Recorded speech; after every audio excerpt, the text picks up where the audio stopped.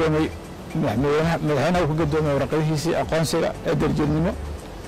taa waxay muujinaysaa dowladda Soomaaliya in ay dib ugu soo noqonayaan safaaradihii dhammaan adduunka ka jiray waxaan isleeyahay dowlad yar oo fara ku tirsi ah ka harsan Yurub in ayna weli safaarado ayagana wadada ku soo jiraan waxaan isleeyahay horumar weyn oo Soomaaliya hore u taabsatay inay tahay